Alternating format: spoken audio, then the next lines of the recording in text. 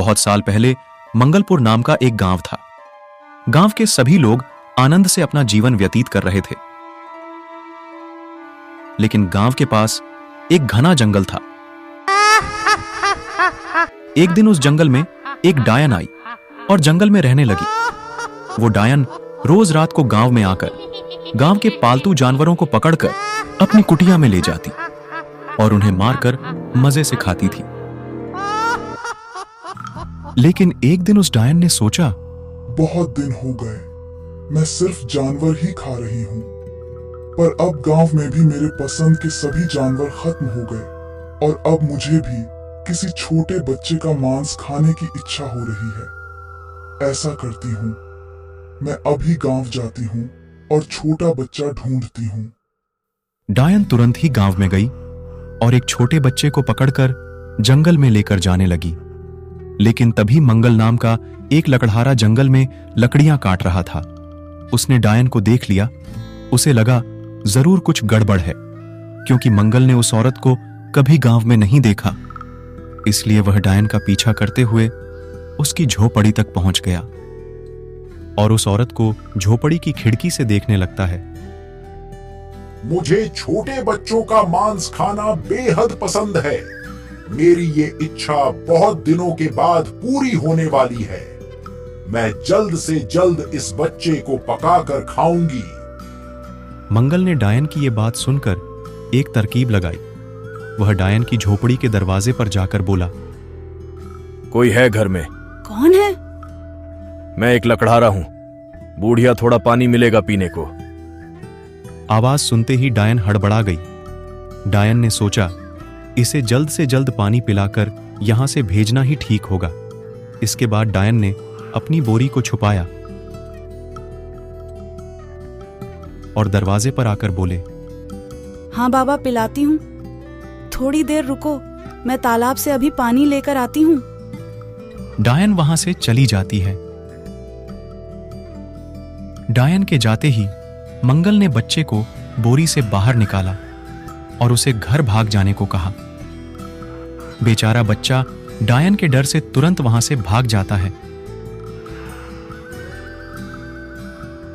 उसके बाद मंगल ने कुछ सामान भरकर बोरी को वहीं रख दिया।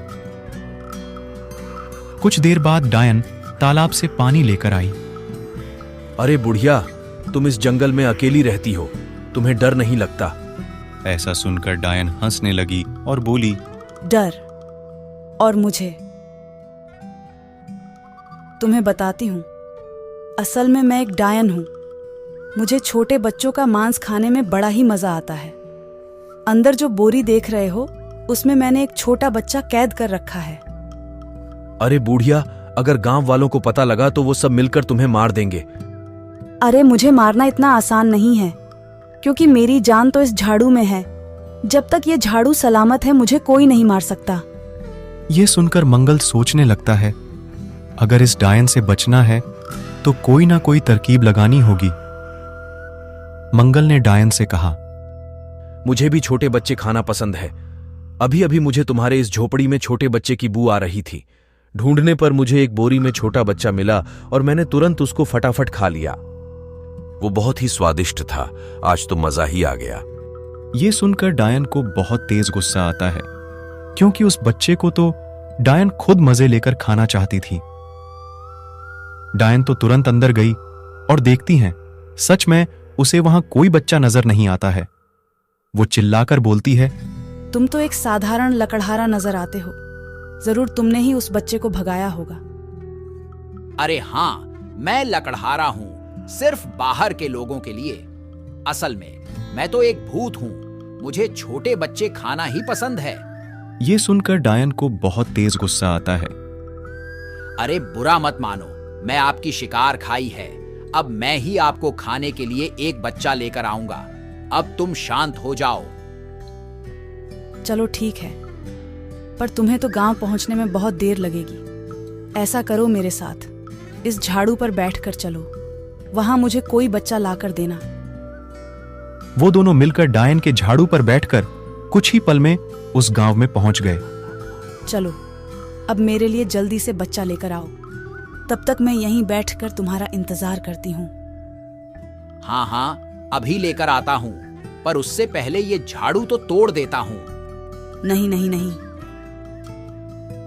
मंगल झट से उस डायन का झाड़ू तोड़ देता है और उसे पीटने लगता है।